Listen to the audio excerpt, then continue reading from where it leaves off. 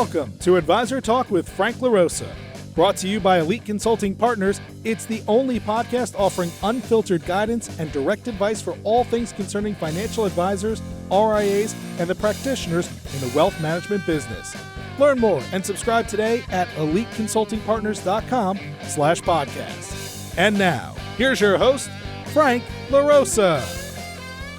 Hey everybody, welcome to Advisor Talk with Frank LaRosa. I am your host, Frank LaRosa, and I'm joined here in our brand new studio, not quite done, but almost done, with the president of Elite Consulting Partners, my right-hand man, Dale Dempsey. What's cooking? The new studio. It's great in here. It's pretty good, right? The new recipe turned out really, really nice. It's delicious. It's all about visualization and seeing it and then getting it done. So we got a couple of things we're still missing to sign. For those of you that are watching us on YouTube, on our YouTube channel, Advisor Talk with Frank LaRosa, you'll be able to see some of our background a little bit, some of our side shots. Brought in some new cameras, so we got different angles, which is really great. We got a really cool desk. So it's a bamboo. It's made out of bamboo, and it rises up. It's really cool. We'll get our sign going soon, but soundproof wall, which is behind us. So we had a little design working. I got some of that stuff off of Etsy. Going out into what I call the universe, not the metaverse, but the universe. Did you look on Pinterest for like acoustic inspiration? Yeah, something like that. I went and did a whole bunch of research on what was going to work and what I thought I can put up. We did it ourselves, which is great. So part of this is what you're saying. What I think I hear you saying is part of this. You went onto like some social media platforms and got some inspiration. Yeah. Built it, and now here we are. Yeah, which is interesting to say. Right, exactly. So it's sort of fortuitous given the topic that we want to talk about today, and that is, sort of embracing social media, embracing, sort of the internet as a way of expanding your business and improving your business. We've been talking about this. We've been doing our podcast now for a couple of years now. And, when we first got into it, it was a little bit uncomfortable. Quite honestly, it's still a little uncomfortable. But having nice Herman Miller chairs makes it a little bit more comfortable. We got some cool chairs. Yeah, you can see I'm them. So happy you got the Herman Miller chairs. Yeah, they're nice chairs. Shout out to Herman Miller. There you go. But one of the things that I did want to talk about as it relates to our first podcast here in our new studio is, I still don't see financial advisors embracing I'll just say new technology as it relates to social media, the new platforms that they should be using to enhance their business practice, enhance their brand, going after new clients. I just don't think that no matter how long you've been in the business, maybe the younger advisors in the space are doing it, but I don't see the more experienced advisors doing the things that they need to do as it relates to social media online branding.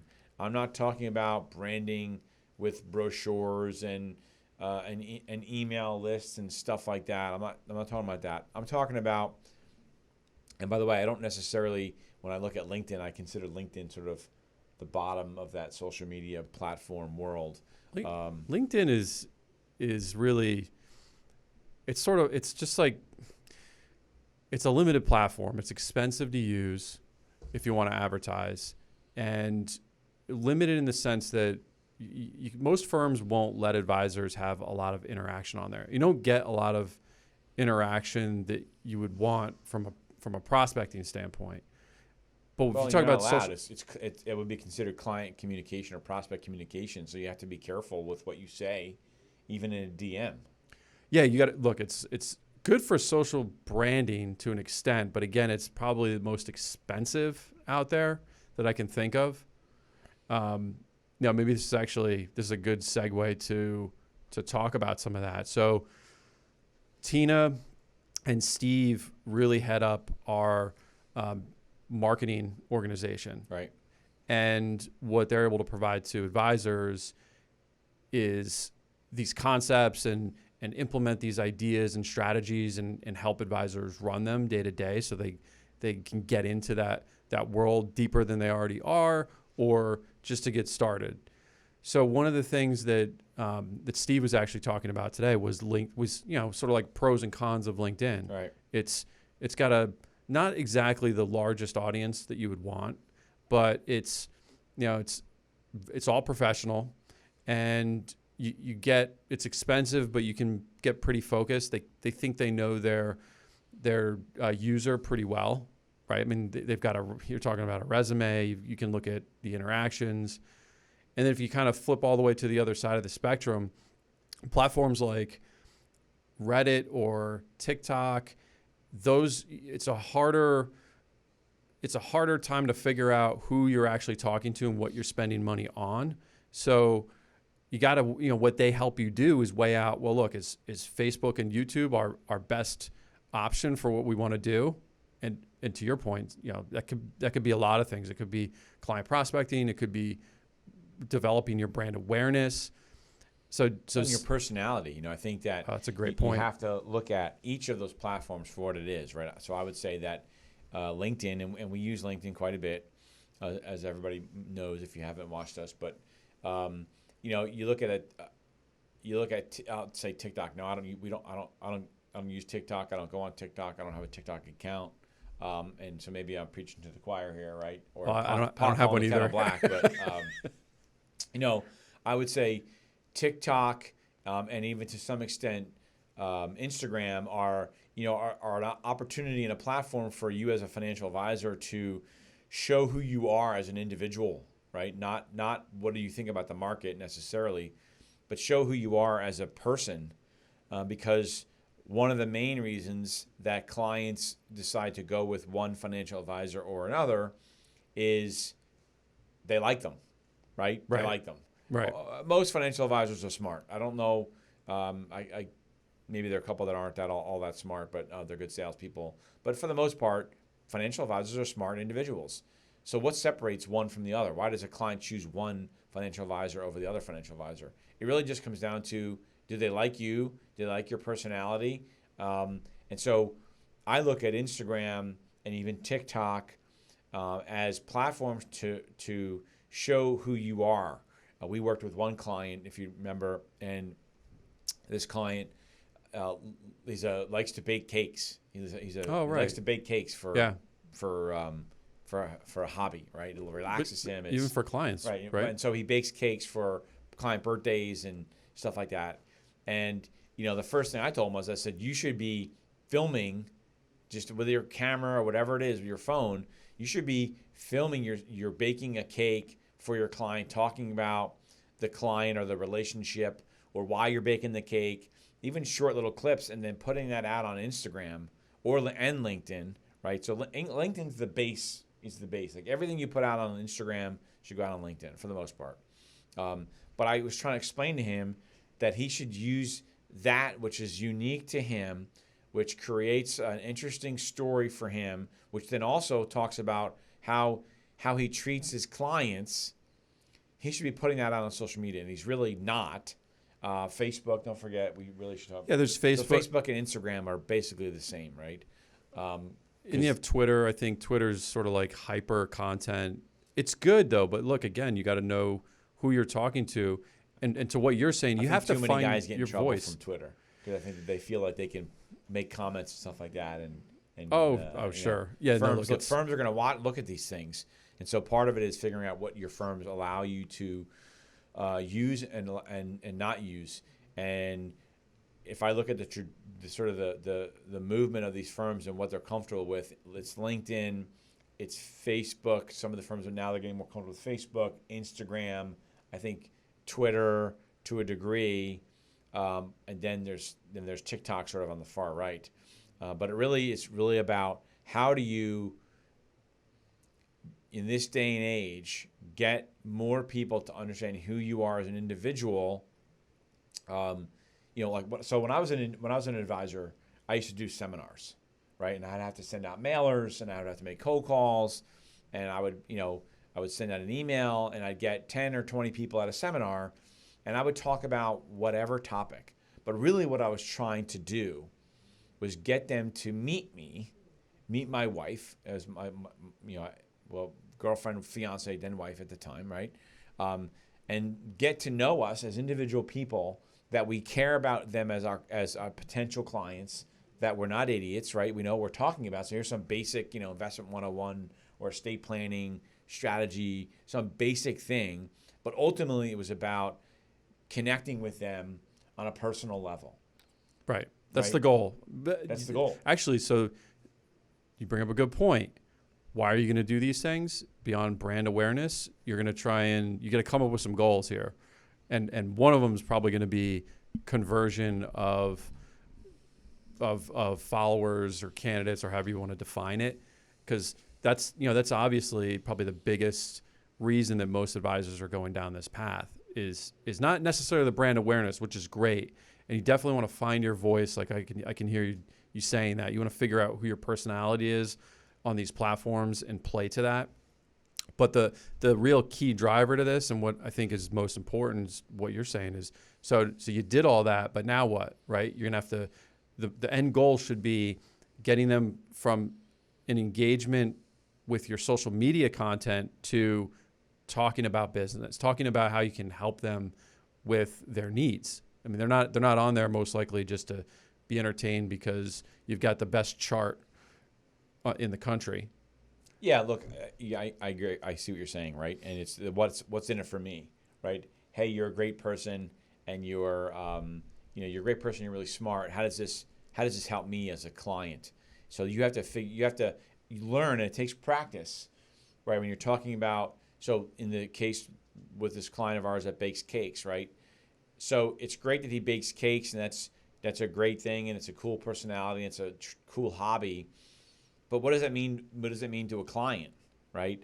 Well, the translation that he needs to make is that I'm baking these cakes, which is something that's near and dear to my heart, but I'm then giving these cakes to my clients who are near and dear to my heart because I care about my clients, right? And I know them personally. I know that this client likes, a vanilla, cherry, whatever. Or this client's she loves chocolate, so I'm going to make her a triple chocolate cake, blah, blah, blah, right? Mm-hmm. So what he has to do, and he hasn't done this is the point, but what he has to do and what you're saying is you have to translate your who you are as an individual to what does that mean for the client? Right. Why is it important to them? Why should I come open my account with you because you bake a good chocolate cake? Right? It's not because of that. It's not because of that. And I don't think you start a social media profile or presence because by default you just should. Going into it, you need to figure out, what firms will let you do, what platforms will your firm let you be on? Right. And come up with some goals. If it's just branding and social branding and getting more people to see your brand, so when you are face-to-face with prospects, they might recognize you, or the algorithms will point their media back to you when you part ways, or maybe it is conversion. But if you don't have a goal in there, then you're gonna be lost in what's a rapidly expanding space. You're gonna be caught up in sort of someone else's sales pitch. You needed to come right back to why you were doing it in the first place. And I don't think there's anything wrong with baking cakes just for the sole purpose of getting in front of your current clients or even prospects with little expectation that you're going to garner new business. That might just be like a service and retention strategy. Right. I think that with our one of the things that we have what we call a fractional CMO service, and that is basically taking our social media marketing team and helping advisors execute on a plan, right? Because advisors will make the decision to, okay, I want to do something, and they go to a firm that's going to let them do something, and then the firm says to them, here's all the stuff that we have to offer, and we have compliance approved letters and emails and posts and Instagram posts and Facebook posts and et cetera. And the advisor goes, oh, that's awesome, right? And then they never use any of it because they still have to execute. And it's very difficult then to execute. There are systems that you have to use. There has to be a broader plan in terms of how do you incorporate all of the different options that are available to you in in your marketing plan, right? And I think of, and so what we try to do is then bring that all together, get an understanding of who the advisor is, what they're all about, what firm they're with, because then we can access their pre-approved content, and then we put together plans, quarterly plans, an annual plan. Okay, what we're going to be doing, how many times a week are we going to post, what are we going to post, on what platforms, what kind of interaction. There's some degree of creating content, understanding how liberal the firm is going to be, and allowing an advisor to create, I'll call it ad hoc content. Many people watch me in my car, and I'm making a video about my thoughts for the day or something like that, and then we put that out, right? So you have to figure out if you can do that, because that actually gets some of the highest visibility of any of the stuff that I put out. So you have to figure out what your firm will allow in those areas. So we have this big fancy, we have this podcast studio now, which is great. We love it. We have the lights and 3 cameras and all this stuff. It's great. But the reality is some of my best content comes from me either driving in my car or using my cell phone, right? And when I'm at the boxing gym, just taking a video and recording thoughts that I think are important to financial advisors, right? Right. And so you need to be able to figure out the formal stuff. So I'll call it the formal, pre-approved posts and all that stuff, and the informal stuff that's more personality driven. But having a plan is critically important. We feel like we can do it in a more unique way because of we're doing it now. So not only are we doing it, but then we help advisors figure out what they should be doing. And the reason why we really started this with the fractional CMO program is because, like our client that does the cakes, right? I can tell everybody what they should be doing, and they're all great ideas, but they don't execute on them because they don't have the manpower or the willingness or the person that's holding them accountable to do it. So that's why we started doing it, and I think it's starting to work. It's been great. Another reason we started it, the SEC loosened some of the rules around advertising, marketing, and engagement. So if you're an investment advisor, maybe more specifically, this is the best time ever to get out there and tell your story, because the Securities and Exchange Commission has come back and said, hey, we want more engagement and presence out there in front of the general public. We're going to make it easier for you to do that. And so this is really an important time to get out there. Really, the space is dominated by a handful of advisors right now. And y'all probably already know who they are. You see them on TV, you see them on the internet, and they're really just they sort of got to this promised land first years ago, but that doesn't mean that that there isn't a lot more land to come by. You've got huge bandwidth. It's just getting started. It's just getting started because firms, the SEC, is finally getting comfortable with this whole idea of, you're having these conversations anyway with clients at baseball games and soccer games and kids, soccer games and all this other stuff. So why can't you have the same type of conversation, online? And when I look at Instagram and / Facebook, but primarily Instagram versus LinkedIn, or really should I say, when I look at Instagram, I see a lot more RIAs and IAs, wealth, pure advisory-driven firms on Instagram than I see your traditional, wirehouse retail advisor, primarily because the wirehouses and the W-2 firms are more critical and more cautious, but they're getting there. And so the whole point of this conversation is you need to be ahead of the curve here. And I still think if you're out there, if you're starting to do this, first of all, if you're out there now, you're ahead of the curve, right? If you're already doing that stuff, congratulations. I see some friends of mine.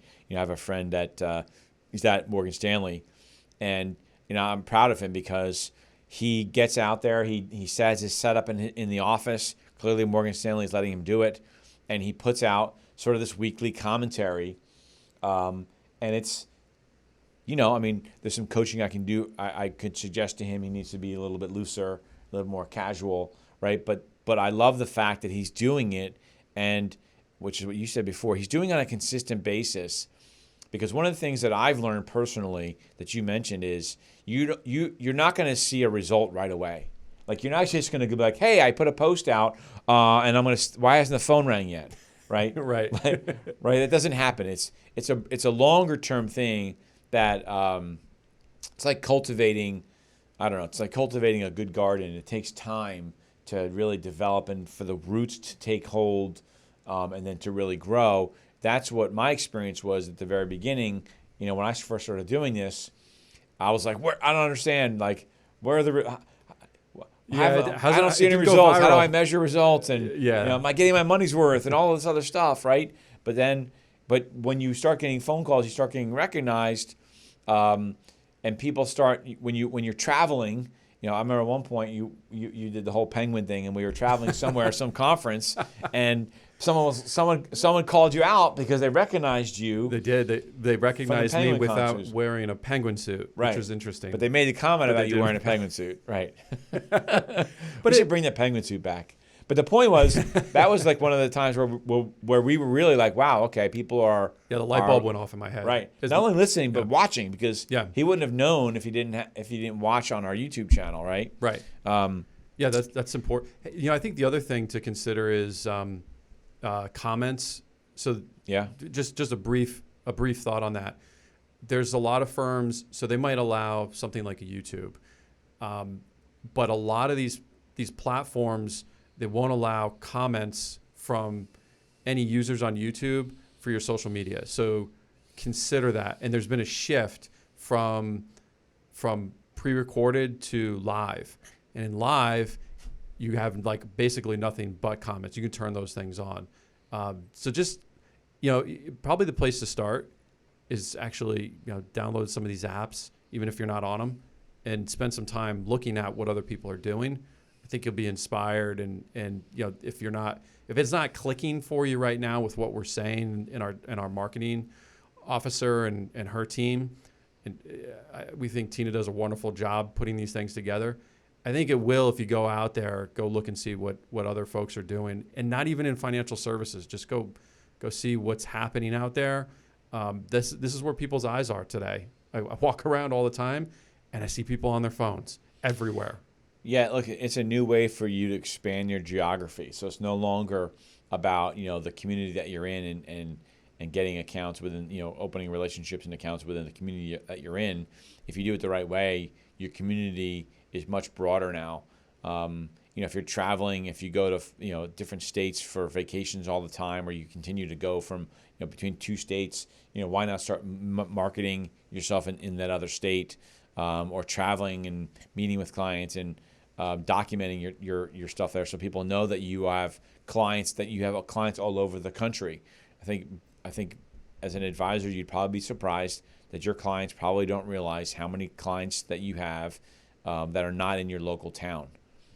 Even if you have a client that's not in your local town, they don't realize. They think they're the sort of the outlier. They think that they're one of the only few that you have not in your local community.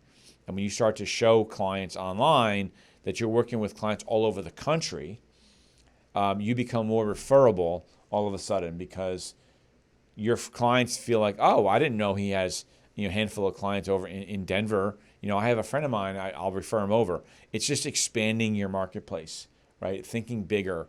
The last point I was going to make, because I think it's a great testament to what they're doing, but we work with a firm, a client of ours and good friend of mine over in Harrisburg, Pennsylvania, called Stonebridge Financial, and they were a Wells Fargo team, and they moved over to a more flexible independent broker-dealer, and they've really ramped up their branding and marketing. I was having a conversation with him a few weeks ago, and he was just talking about how it took him about 6 to 9 months of all of the multiple things that they were doing. So multiple touches, multiple branding opportunities. But what he started to recognize is he would go to events, charity events, organizational events, different things within his community, and people were starting to recognize him, right, and recognize his brand from all the stuff that they're doing. And it was, when I say all the stuff, so it's the LinkedIn, it's Facebook and Instagram, it's the branding, it's the emails, it's some local advertising, it's charitable work that they're doing where their brand is all over the place, right? And he's seeing the result of that now because it's making it easier for him to go after business because people are more comfortable with him as a financial advisor because they see his firm everywhere, right? Yeah. Brings credibility. It brings credibility, and so he's crushing it. And we were just talking about that, how much money he spends on it, which is multiple six figures, but it pays itself back in spades. And we were really just talking about how it's now become an unfair competition in their marketplace because he's got so much scale and he's spending so much money that it's just this flywheel is rolling. And so any of his competitors now, they're starting from zero, right? It's going to take them, a while for them to catch up. So that's the kind of stuff that we want you all to be thinking about, right? That's why we're doing this today, is because I just am not seeing what I should be seeing with advisors. And as firms are becoming more flexible and allowing you to do these things, you have to be able to do them. Self-promotion wise, we started this fractional CMO service because I really got tired of telling advisors what they should be doing and then trusting that they're going to go do it. And so we come in and we hold them accountable. And Tina, like she holds me accountable to get my stuff done, holds our clients accountable to make sure that they're staying on track with all of the content that needs to go out, because you have to be consistent when you're doing social media marketing and branding. It's got to be consistent. It can't be a post every few weeks or whatever. It's got to be consistent all the time. There's all these algorithms that I don't really understand, but they talk about the algorithms and visibility and people seeing your stuff, and that gets traction, and then your stuff shows up higher in front of everybody's stuff. I don't know that stuff, but I do know that it does work. I do know that I was one of those naysayers at the very beginning that didn't think this stuff was gonna work. It works, and I try to talk to every advisor that I can that's not doing it about doing it, because it really is important for your brand. It's important for the legacy of who you are, to put this stuff out there, put out the right way. Everybody knows you're smart. You don't have to do a video about how smart you are and talk about modern portfolio theory and all this stuff. Maybe do a little bit of that. And then the other part of it is talking about why it matters to clients, why it matters that they work with you, your service model, your team, who you are as an individual, your family. All of those things are what clients really care about. They want to know that you care. Really is what it comes down to. Show that authenticity. It shines through every time. Anyway, we care.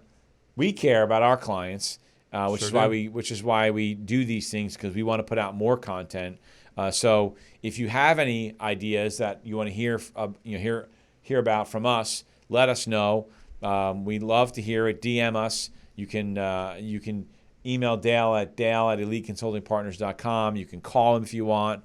856-316-4653. You can call me at 4651. Don't forget to go watch our YouTube channel. Advisor Talk with Frank LaRosa. It's really good. You'll be able to see some of our stuff on there. You'll be able to see as we're sort of building out our podcast studio. One of these days we'll get a sign. It's a whole supply chain thing that everyone keeps talking about, which is ridiculous. But anyway, and don't forget to go to YouTube, wherever else you listen to your podcasts. Like and subscribe, and listen. We don't advertise. We don't have firms. We've had some firms wanting to advertise on our shows.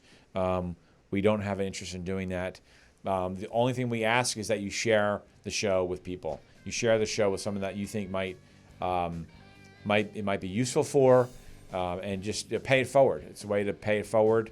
We're trying to pay it forward when we learn things from our clients. We feel like that's a great, whatever that issue is or something that we learned, we want to share it with our potential clients. That's just this audience here. So we appreciate it. Thank you for watching, and we'll look forward to our next conversation. Great talk. Great talk.